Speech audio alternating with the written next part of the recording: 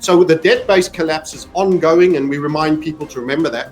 And I think the rates going up are the hardest. Next is going to be, we're going to be looking at the UK, particularly at that, and they might jump in front of the queue even with US and be pushing up higher numbers sooner. We've already had a scare on Japan, and of course the original scare in 2020 was the US with a better part of 55% devaluation. So that's our framing, and that's the petroleum juice for the rocket that is gold. And I'm here to say events are going to come again. They're going to drive gold higher. Remember, with every controlled demolition, some things have to go up for other things to go down.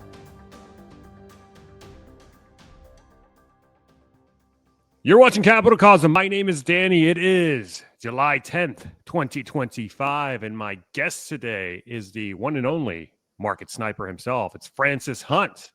Francis, thank you so much for coming on the show, my friend. Delighted to be back with you, Danny. Yeah, likewise. Let's just dive right in. Francis, we've got a lot of stuff to talk about. But for you right now, let's just jump right into the main event. What is front and center on your radar screen? What should investors be most prominently focused on as we head through the summer? I think we've got an upside trade trajectory coming on our precious metals complex. And I know this is something very dear to your heart. It is with me. Even on my YouTube channel, I did something on the UK debt, and everybody was like, oh, thank God, not another metals video. So I think some people are getting metals fatigue already on gold, silver, platinum. Not everybody, but one or two like to hear about other things in the market.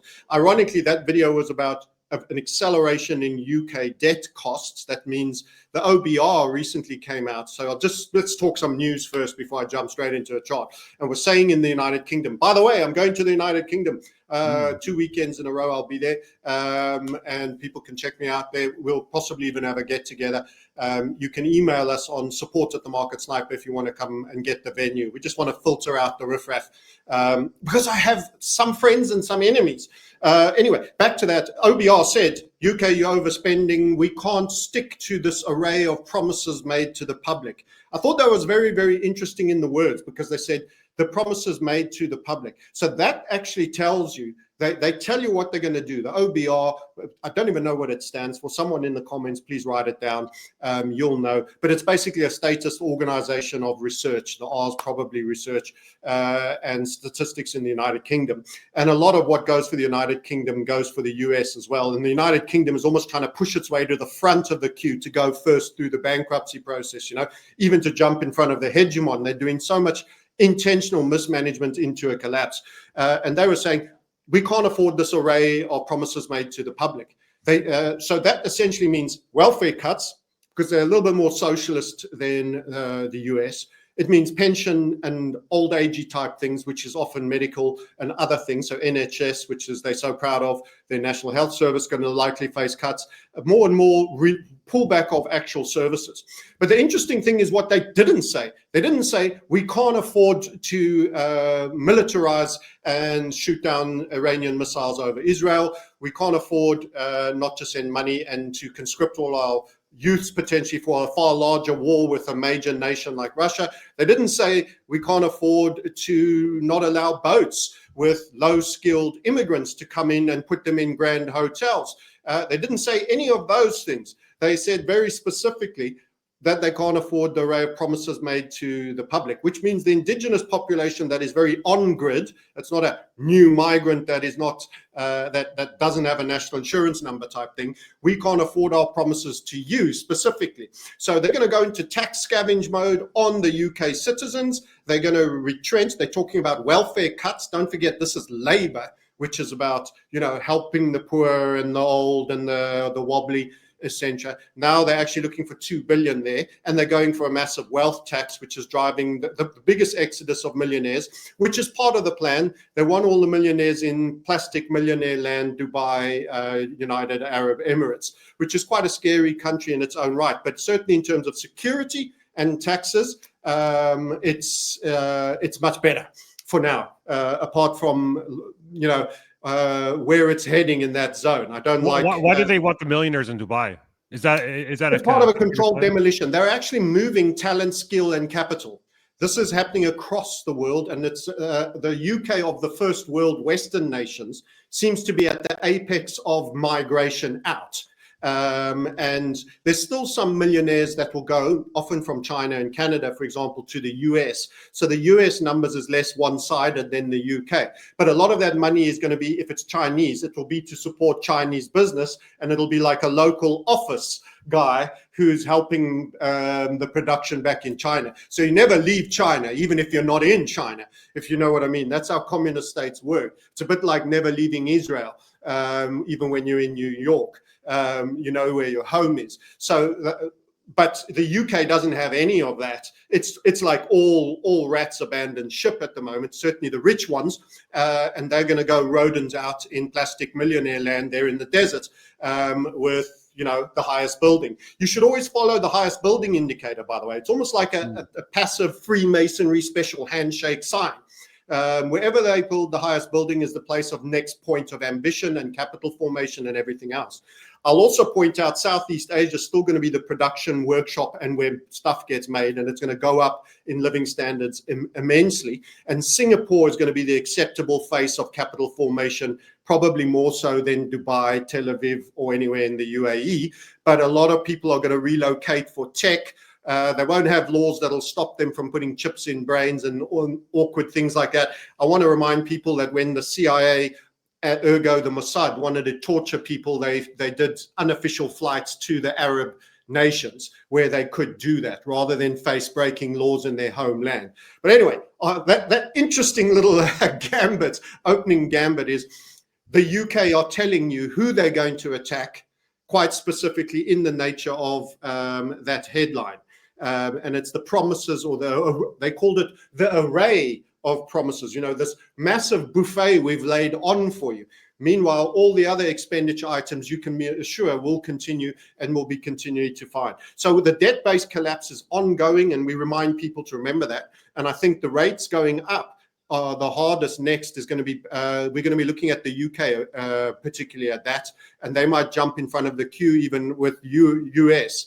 And be pushing up higher numbers sooner. We've already had a scare on Japan, and of course the original scare in 2020 was the US with a better part of 55% devaluation. So that's our framing, and that's the petroleum juice for the rocket that is gold. And I'm here to say events are going to come again. They're going to drive gold higher. Remember, with every controlled demolition, some things have to go up for other things to go down. Money is a flow. It's like water. You don't kill energy. You turn it into heat, which is still energy. You can heat something up. You get, solar panels, create electricity, etc., etc. So you never kill energy. It's all about understanding where is the flow of money and positioning yourself in front of it so it takes you up, rather than positioning up behind it and it's leaving the vacuum and the void, which is how I'd feel about the United Kingdom right now in all their policies. They're accelerating their goal towards the total financial collapse. And I could see some form of IMF stroke major bailout requirements and all forms of punitive costs being overlaid on the indigenous population as a result of the trajectory they're pursuing under Starmer. So just a warning, as I'm heading out to the UK, what's going down in there. Why are they doing this planned demolition of the UK? What's the purpose behind it? Well, let's understand it's not one nation specific. This is the West going down. But certain, when you're running, when there's a herd of horses galloping to the edge of the cliff, there's front runners. They aren't all simultaneously forming a horizontal line and going, okay, boys, ready, steady, one step over the edge now, and they're all toppling together. It's very difficult to coordinate that, and there's certain star students that are particularly good at uglying themselves up and are smashing their face up with a stick, and the UK happens to be the hot one for the moment. They are, and the statist organizations, which is both propaganda and communication, so these PR voices for the statistics bureaus like the OBR, which I'm sure they will fall under the name of. As I say, I didn't check it just before chatting here with you, but they are inherently in a headline telling the citizens of the United Kingdom what they will be going for. And there's no, and it's what they leave out that tells you what they'll continue to find money for. So they'll continue to get over indebted for military interventions. Cyprus, the airport, the aircraft carrier they essentially run here for all its engagements in the Middle East and missiles and ships, all of that carries on.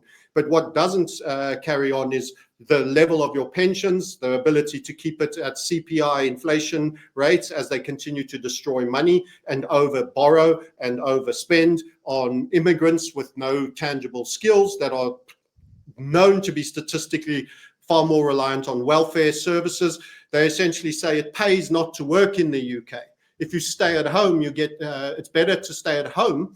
You will earn 25k than earning a 23.5 grand salary, which quite a few people are on. So they're actually incentivizing those people that are on an annualized wage of around that amount. They'll retain more income and have more income if they make the maximum use of welfare entitlements. So everything is wrong about the UK at the moment. And I just wanted to say it's peak Doomerville, and it will start to show up eventually in the currency as well. And one of the best ways the UK people can protect themselves is the same way everybody else can protect themselves, and that is by disproportionate allocations to gold. And I want to say that there's a move coming shortly. So I'd like to take you to the charts if that's good. Sure, let's go ahead and pull them up. While you're pulling that up, Francis, what about the U.S.? You did mention that there was actually some inflow of millionaires into the U.S. What's the trajectory of the U.S.? Generally, I think the U.S. is poor too, but not as poor right now as the United Kingdom is. As I've mentioned, the flows for the U.S. get a little bit more murky because there's big tech unicorns still there. They seem to be pushing on the H-1B visa, firing all indigenous people and hiring Indians, Pakistans, etc., to do the same job on much, much lower salaries. So essentially, it's the kibbutz communism of the fascist corporatocracy, which are just finding ever new innovative ways to reduce costs and maximize growth at the expense of the indigenous population. So that is going full steam ahead. And actually, if you can get a programmer who will do the work for 2/3 of a salary, and they sweat, because if they lose that job, what will happen is they'll get deported unless they can find an alternative employer who will also sponsor them on an H-1B, which is quite an undertaking, requires quite a developed human resources department with context in the government who knows what they want, etc. So it restricts you to big names, technocracy, if you're a computer programmer from, say, Bangladesh or Bombay or any of those other places. And they then end up feeling like they have to really work hard. They get a pound of flesh, all right, out of them. And of course, for much lower wages. And of course, they then fire an indigenous guy who was born American, who was on a higher salary, who they would argue is being replaced competitively. So the cost hunt is big, because actually tech unicorns have been quite big on layoffs recently, but they've also been fairly strong on H-1B visa hires. So they're also simultaneously changing the demographic, the ethnic demographic in America. But your question was about the millionaires. A lot of people do, you've got to remember, the US is an offshore haven for anyone who is non-American. It's the biggest offshore haven. So it helps, having a BVI, or not a BVI, my apologies, having a Nevada, Wyoming company, or any of those, it's actually quite beneficial if you're a non-American. So it also gets a bit muddied up by the fact that wealth in Europe can do a better job of hiding in America. But I think the net for the Western world is the best capital and the greatest innovations are going to come out of the East. And that's why I think the UK is almost the early beacon, the bellwether beacon, showing the direction that the flow is going to go. And you're going to start to see more of that. The US is lagging that, but you're going to start to see more of that. And one of the reasons that's going to happen is you're going to have higher taxes in the US and higher rates because of the interest payments and the loss of value in debt. At the moment, they've had the dollar sell off, sell off, sell off, sell off. And many people are expecting and saying oversold. I don't know what oversold ever means, but I think it can continue quite a bit lower because the trade deficits are a problem. And the biggest trade deficit blocks are Europe and then, of course, China, the giant. So the US has a major problem there. So they have to devalue debt or currency or both. And that's going to lead to a reduced standard of living and a requirement also to raise taxes. So I think the US on some of these things will be following the UK, not leading the UK.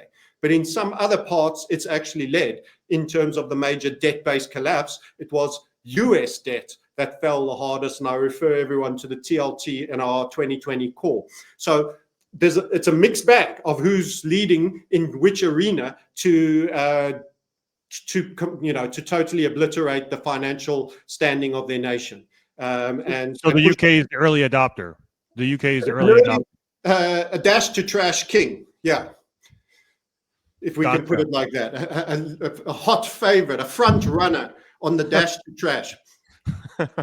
All right. Well, I see you've got, what is it, the gold chart here. Go ahead and walk us through what we're looking at here. Yeah. What should we be aware of? 100%. This is gold and dollar, and we know the dollar's been weak for an extended period. Don't forget the HVF that we gave on this channel with you, Danny, when it was 2011. We said this is an upside move. Don't close at target. Hold at least 50% for a far larger move to the 3,000 range. You might recall that call. That was an over 50% return that was delivered on overperformance on gold. Since this level, when we touched 3.5, and we literally just kissed 3.5, and I talk about key levels of significance. Once you've done 3,000, the next key level is 3.5. You literally kiss it, and then you had quite an aggressive sell-off. You saw that spill. You saw this spill. It rallied because there were late buyers coming in. It rallied, and then you had a further spill, and it made almost that a new low post the 3.5, which is in and around 3,100. I'll just give you the number, 3,120. And that was your massive up move, your make of the key level of significance at 3.5, which is the logical round number. By the way, the next one is 3,750. And I'll come back to that in a minute, because you're sitting between 3.5 and 4. So you think about that. And we're going to be giving you targets through the 3,700, which is probably going to lead to that 3,750 run. Looking for great deals on gold and silver, coins and bars from a company that you can trust? Then you've got to check out the good folks over at Pimbex. This year, I've really gotten to know these guys, and all I can say is you're not going to deal with a better group of people. They're a family-owned gold and silver online bullion company offering the essentials and more at industry-leading prices while always providing first-class, top-tier service. That's PIMBEX.com. And if you're looking to convert some or all of your retirement account into real gold and silver, give Pimbex a call. They'll help explain the process and get you started on the right path. Your support at Pimbex also helps support the channel. So reach out to Pimbex today. You won't be disappointed. And make sure to tell them Danny sent you. Then after that, what did you do? You had a slow grinding climb. So there were a few burnt hands, maybe some of the hot money that had got high liquidity long got a little bit of a flush out here. There was a gap, for example, certainly on this broker, which is Tickmill. It's one of ours that we use. By the way, you can trade from inside your TradingView chart. And we have links for that in our YouTube channel. Anyway, up, down, a bit grinding. And you can see we drew a dotted red line, which is where we expected it to break. And you could see there was quite a bit of grind there. This was the commencement. And then you came down and you would have a break again. So again, a bit of a relief. That was 3,450. So it's law of round numbers. Remember how we talk about this to you. Because of futures, 3,500, 3,450. Secondary high. Makes sense to me. Does it to you? Key levels of significance. It's called pegging, and it's derivatives, round numbers. They often dictate these things. Down, what level did you just run? 3,250. Again, makes sense to me. Secondary low, higher than the previous one. So we are actually getting a constriction in terms of the volatility. This is what we're always looking for. Squeezy, Japanesey. That's what you're getting. And then you've had a bit of a rally from the 3,250, but also a pullback. You'll see there's a pullback going down, 3,282, a just run of the 3,300. Now we've had a rally. Now, often these sells come in threes, three distinct moves, sell moves. For example, you had this and then you skidded. That's a sell move. That would be a sell move. That would be a sell move. That's you into your low. So you think of it as one sell, rally, two sell, rally, and then three sell. That's a 5 move, an A, B, C, D, E, I've stopped counting now. I think it ends in F. You get a little bit of that quite often in terms of sell-offs. It often happens like that. And if you look on the smaller time frame here, you had a sell-off move, a rally, sell-off move, a rally, and a sell-off move. So again, 3 distinct sells, 2 and 3. And now we're having a rally. I think you've made a higher high here. And I think any sell-off, this looks a little toppy. So I think gold going into Friday, I'll be traveling on Friday, still can come off one more time. So that means never chase in at market. The best traders determine a level and trade to a level and say, if you're going to sell off, come down to here and fill me there. My stop would be there. Now, there is a possibility you could match or even just run this low. So the safest stop for me would be below the 3,250 and try box accumulate. So remember, we invest, but we also trade. I'm discussing a medium-term trade where you could set a buy limit order, where your stop would be placed and where your potential target would be. So, I think buy limits, let's do it in a different color. Go for the little boy blue. And I think buy limits in that range would be very profitable, stops under there, and then trade through the 3,700, possibly keep a bit over for an overperformance to the 3,750, which should be around there. 3,750, just below that 3,760 up top there.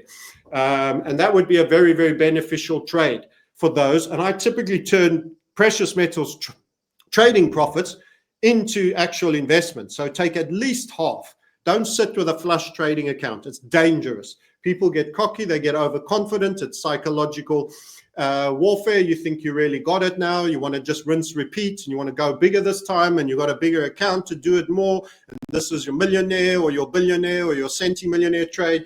All the usual demons that undo retail traders. In the absence of method, you will get washed out. So this is not a recommendation. This is the kind of thing we do, that we're talking about, what we think will happen. So people should bear that in mind. But if I just put a risk reward on that, it could be quite beneficial. A long position, let's put it roughly in the midpoint of that box. If you could buy in there, you stop out there. Remember, it can fail. You have to price for failure.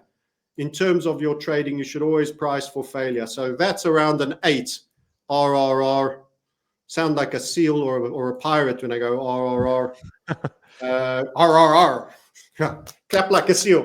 But that's it. And that's pretty attractive and be quite a nice trade for me on the gold. And the interesting thing about this is probably a dollar weakness element, because I'm also expecting Bitcoin to trickle up. I'm expecting silver to go up, and I'm expecting platinum to go up. So let's see. And this is a dollar weakness, as I say, and potentially a reaffirmation of the yen. And there's more to be said on that. But the yen is kind of the wholesale funding system that sustains America on the carry trade. I think it's far deeper than people are telling you. It's not just a bunch of hedge funds that have been using carry trade funding. I think it goes far deeper and could go right into state. But anyway, who knows? Who knows? It's a guess. I don't know for sure. State buying of gold? State buying of gold? Is that what you're alluding to? I just think even all forms of finances, the banks might run it all the way through. If they bought a commercial office, they might have taken yen mortgages just to make it cheaper. I think all forms of exploitation of the lower rate on the yen and the expectation that the yen would be managed down was an open secret in these institutions, and at the far higher levels than we imagine, it's been exploited. And as a result, if it were to unwind, the unwind goes far deeper. In other words, I'm saying the trough is deeper than you think in terms of how many pigs have gorged on cheap wholesale financing. But that remains to be seen. It could just be speculation on my behalf that turns out to be incorrect. But that's my take. If I was looking at which is why, by the way, when the yield started to go up so high on Bank of Japan's longer term debt, which we were the first to warn about, that suddenly became a hot topic in the last 6 weeks, when you started to hit 3%, they're not far off that at the moment on the 30s and 40 years, everybody started to squeak, and the yen got killed in value. Because don't forget, if Americans have overborrowed, American institutions, states, banks have overborrowed, they've borrowed yen, they've sold it, bought dollars, they're paying a yen-based interest rate. They're going to the American casino, they're buying treasuries, harvesting the yield differential, they're buying Mag 7, they're speculating with hot money, or they're just building a commercial office 30 years ago, doesn't matter. What ends up happening, if the yield starts to close, the difference, they start to have a much bigger interest payment to make. And that gets expensive. So one of the ways, they either got to force the yield down on Japanese rates. They can't do that. There's too much debt coming. You can't make the debt more valuable. It's going, the rates are going up. Okay, kill the currency. That makes the payment you have to make in a weakening dollar. Don't forget the dollar's been weak. Keep weakening the yen as much as the American dollar, even more. And the people can still afford to repay their yen owings on a yen rate, if everyone understood what I was suggesting there. So that's why dollar weakness is terrible for a slave nation like Japan, which has turned into a wholesale cheap financing house for Casino America. And I've written a blog about slave nations to the hegemon. The UK is one of them. And I say the king, or the pharaoh, let's rather say, the pharaoh wants his slave killed first, so that he knows they'll be buried with him, you know? And the hegemon, the pharaoh, is wanting the United Kingdom to slit its neck, to slit its throat in front of him first, before he goes down. Ergo, the first half of our discussion. And in terms of the funding and the cheap funding, it's kind of like blood out of this Japanese slave who's almost dying, and it's going straight into the aging American king. They want every pint out of that Japanese slave until he's dead before they will accept they to die. And he wants to be buried with his known to be dead slaves. So think of it as quite an interesting metaphor. I think it's kind of fun. But, you know, it is like that to a degree, because they became totally reliant after World War II, the Japanese, on the whim of America. Let's talk about silver, though. People want to hear about this. We've kind of got a setup there that sort of broke and then had a pullback. It had a pullback. We had a Sunday open real strong, and the Sunday open on thin volume ran into a bit of Mr. Slammy action.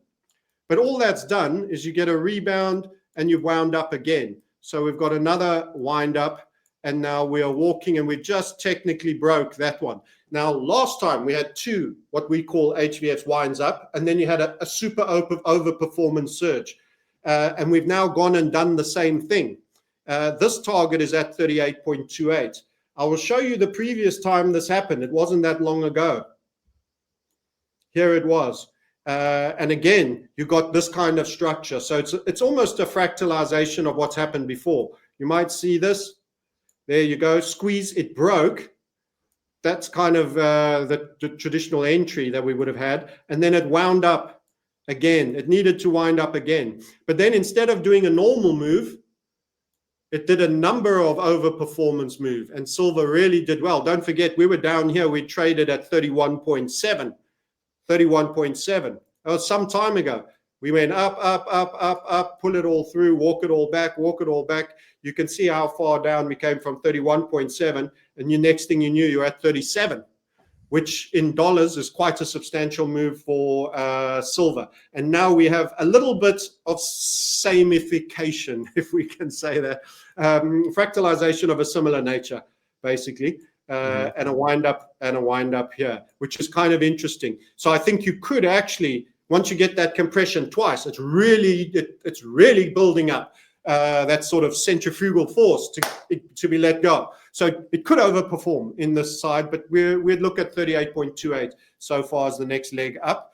After that, you on the bigger time frames, you know, you're talking about the $45 to $50 range becoming the next major critical range. You're in pretty thin air historically for silver. So let's just give you some long range chart reminders of years gone by, and take some of the noise off there. Let's take it off, and switch a light off first, just so that you can see it. If we were to get to 38, which is very borderline the 40 area here, you're talking about super thin air. Apart from that little localized high at about 44, which to me is the 45 to 50 range. Once you run that, we're in that 45, 50 golden demilitarized band zone that eventually we will break. However, I would anticipate that there would be quite a bit of chop and resistance there. Again, that's Mr. Slammy zone. But this move up to 38 is bringing us a lot closer to that demilitarized zone, that dead man's zone. And once you're above that, wow, then, you know, you've been unshackled. Then it's a concept. And many people say, I mean, classic technical analysis will call that very clean cup and handle. And for us, it would be an ascending HVF structure that generates better targets. It's even better framing for the same price behavior. You know, we would call that. And we'd get targets out of it. And as I've done before, I've done this on CPI, but there's big numbers that come out of this upside projection. Very big indeed. I think that's technically a tiny bit higher than that one. So that's gold and silver. Let me let you come in because I'm rambling on, and I'm happy to do platinum after if you would like to hear it. No, let's get right into platinum. Go ahead. Great. So platinum was probably the year's best performer of the precious metals outright. And we did say it is the most undervalued because you had an ironic situation where palladium was eating its dinner because of the green agenda for quite some time. I'm actually going to not use Tickmill. I'm going to get a different broker to give us platinum so we have more history. But we've shown that if you took the last 20 years back to 2005, it was until recently by far the worst performer because it continued to get crushed and ride the downside. Then it had substitution for 2 decades, in essence. Francis, I mean, to your knowledge, what was the catalyst behind this recent rally in platinum? Because it just seems like it just came out of nowhere here. I mean, what happened? What caused this breakout? No one watching our YouTube channel should have thought it came out of nowhere, because that was the technical signature to provide it. This was a weekly classic structure for us right there. And I mentioned, we actually got flushed out. We were already in early and we had stops over there. And there was a classic flush out before you run. And we had to put them back on over there. So I took a loss first before getting back in. But this move subsequently has already made, you know, umpteen degrees of the flush out cost. And that's quite common. There's a push one way before they run it the other way. So let's get all the rookie retails. And I had an obvious stop. So a little bit frustrated, but there was quite a long way down that they had to come. They had to come into the 800s to literally get us. And they got us and then they turned.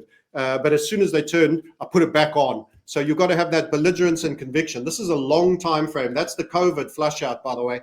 And that's the rebound that obviously went quite high. So there's quite a few technical things going on here. This particular target, I'll draw it for you for the HVF setup that we traded. Let's just draw it for you and put it on.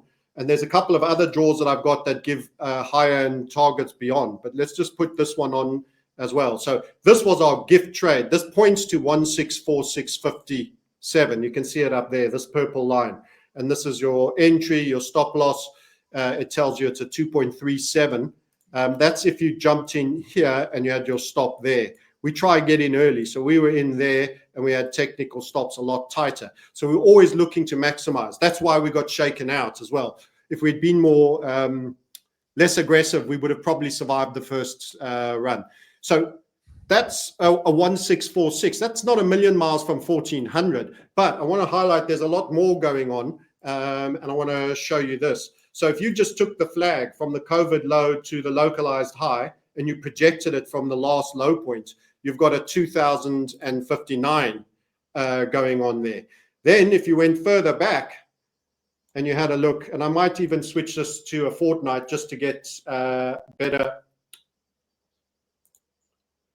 candle views. So this is quite lengthy. You can see the falling wedge. This was the terrible multi-decade period for platinum.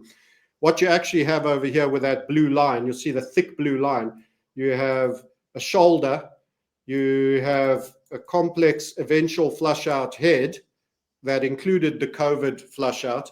And then you have as a right shoulder, this entire weekly setup.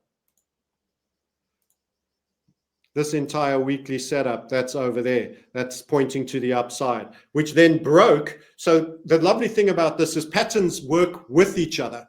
So you can use the HVF to get into the long position, but you don't have to close at 1646. So what you'll note is that that comes up. That's actually a triggering event of the neckline. That was what we call armpit 2. That was armpit 1. They both came and touched that blue line. Once you attempted, you were knocked away. Again, you attempted, you were knocked away. Third time you break, and it was an upside HVF in that right shoulder. So that's left shoulder, head, and right shoulder. So inside that, you have a 2,500 target, which is projection from the inverted head and shoulder. And this isn't a small pattern. It started in 2015 and it only triggered in 25. You're talking about a decade-long setup patterns. The more reliability, the bigger the time frame. You know, in crazy individual days, don't spoil a decade-long pattern ever. And they have that glacial consistency about them. They're going down. You know, they're coming down the mountain and they're going to happen. It may seem like a glacier, it never actually moves, but go away and come back a while later and you'll see it's moved. That's the big time frame chart. People battle by being patient enough once in the trade because they expect instant millionairedom, but they do tend to move fast. Since this triggering event, which was at 1190, that was our neckline, 1190, the blue number, you're already at 1400. That's $210 in, 3 fortnights. We're only halfway through the third fortnight. And you've got a 2,500 take profit. And you could have stops over here and you could have been entered in there. So when you start adding multiple patterns of analysis and you show patience to hold the positions, you actually get very attractive trades. Because I did the risk reward on that one, I'll show you the potential risk reward here. By the way, my longer term expectation, we go quite tight once it starts going up. You have a higher risk of being stopped out, but that's a 20 RRR to 2,500. My longer term expectation, and I have bought some platinum, it won't be as liquid. I'm not telling everyone to flip all their gold to platinum, but I expect platinum price to be higher at the peak precious metals point of everything when we get the full recognition of silver's move, gold's move, and platinum's move. I expect platinum to be more expensive, possibly by a multiple than gold. Hey, Francis, can you zoom all the way out as far back as possible? But what actually happened is you had a major normal HVF here with 3 impulses. And that's the third. And you had a huge run and at the target called the top. And now you have another 3 impulse, but it's more a falling wedge where you have 1, 2, 3 with the COVID dip right there. And there's your third. And now's your breakout. So the one is the classic HVF with a horizontal axis. This is actually a falling wedge, which is very similar, but it has a down tip nose, which indicates these are your big bull moves. Let's change color. And those are your decade-long continuations.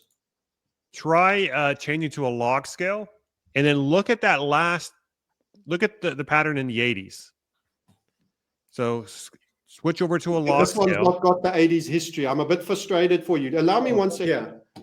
This is a classic HVF. We had a 1980s into the 90s, multi-decade continuation pattern. And it's kind of a fractal. It's kind of a fractal of that other pattern on the right-hand side. That's what I'm coming to. Yeah. So what you got, this is a classic HVF with a horizontal axis.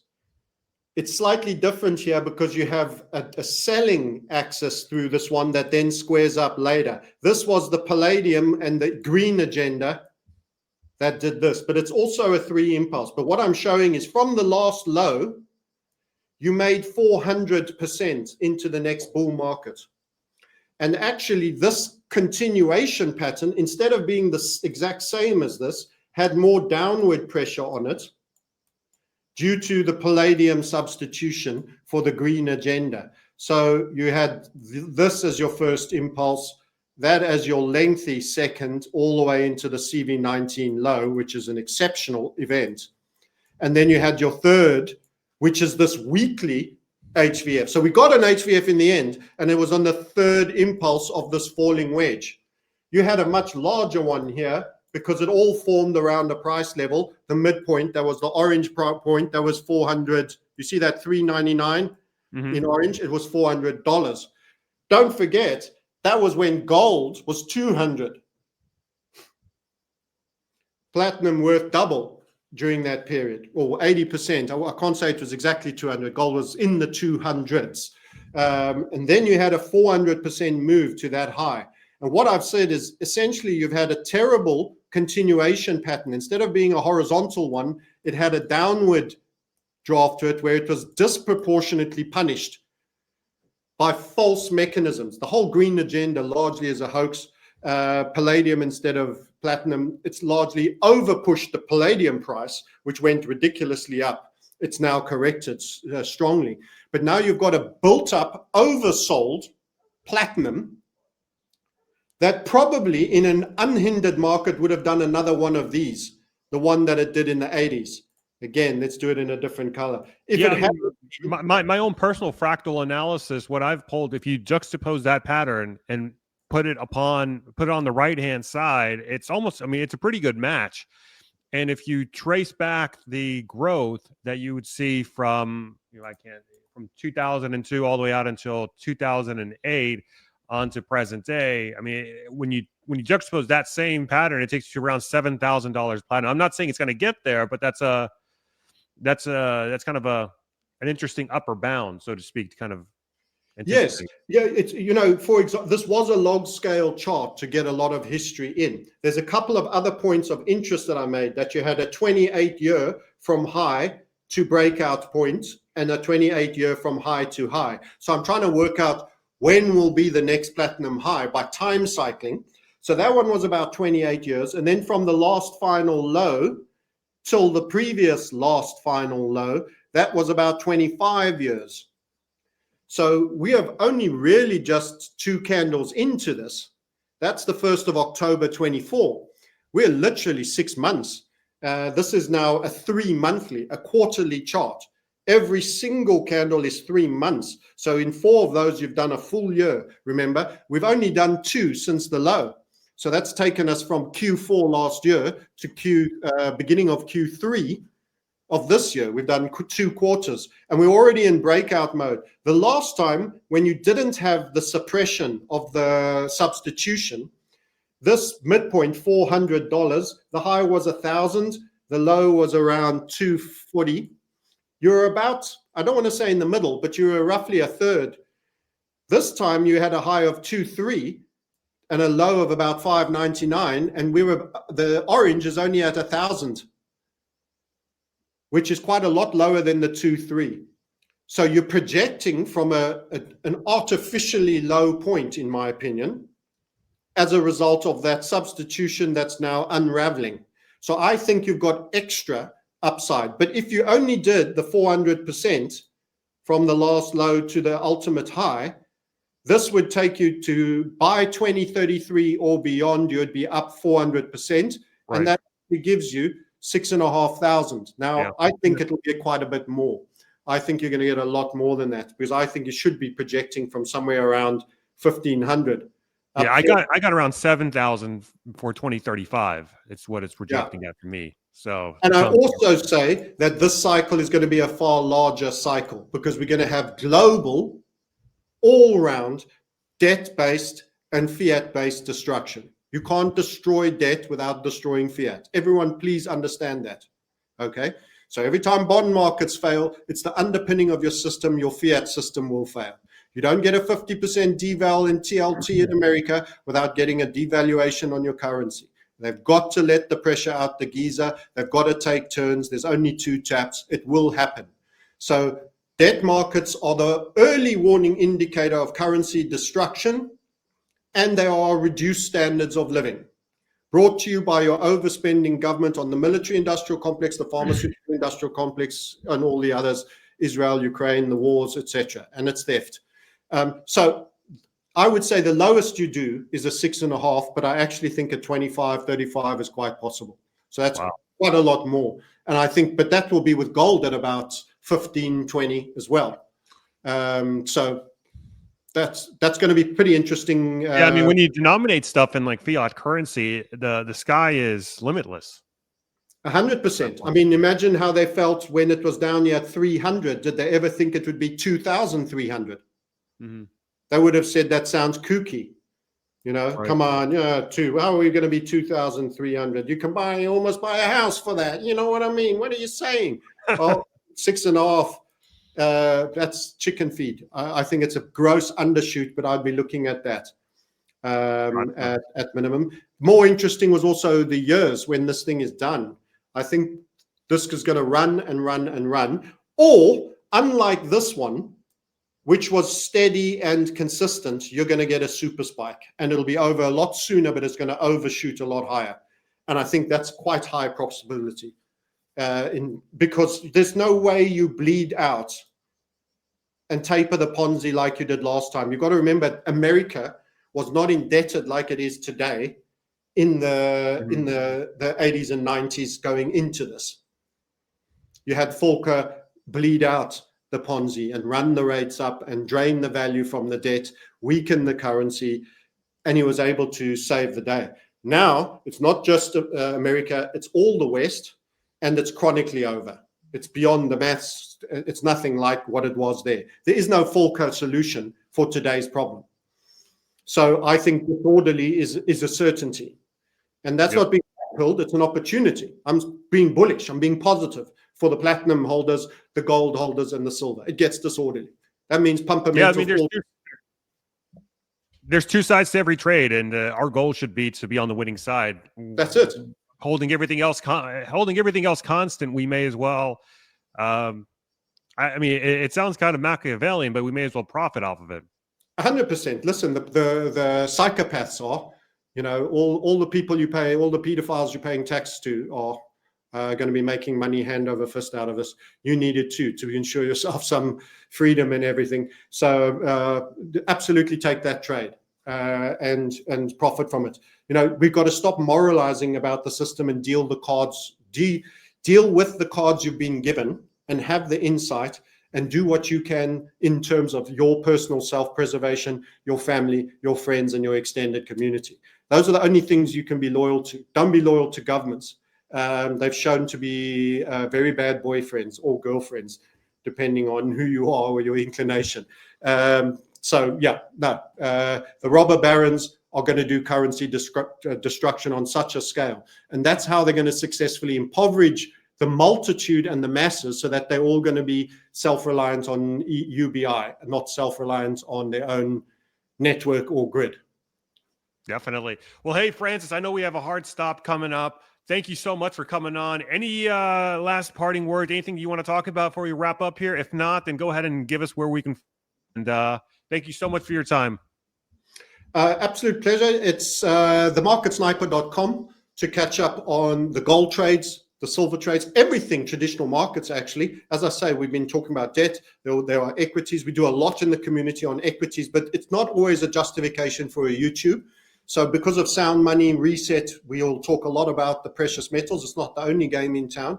We are in crypto. We don't trust it. We trade it.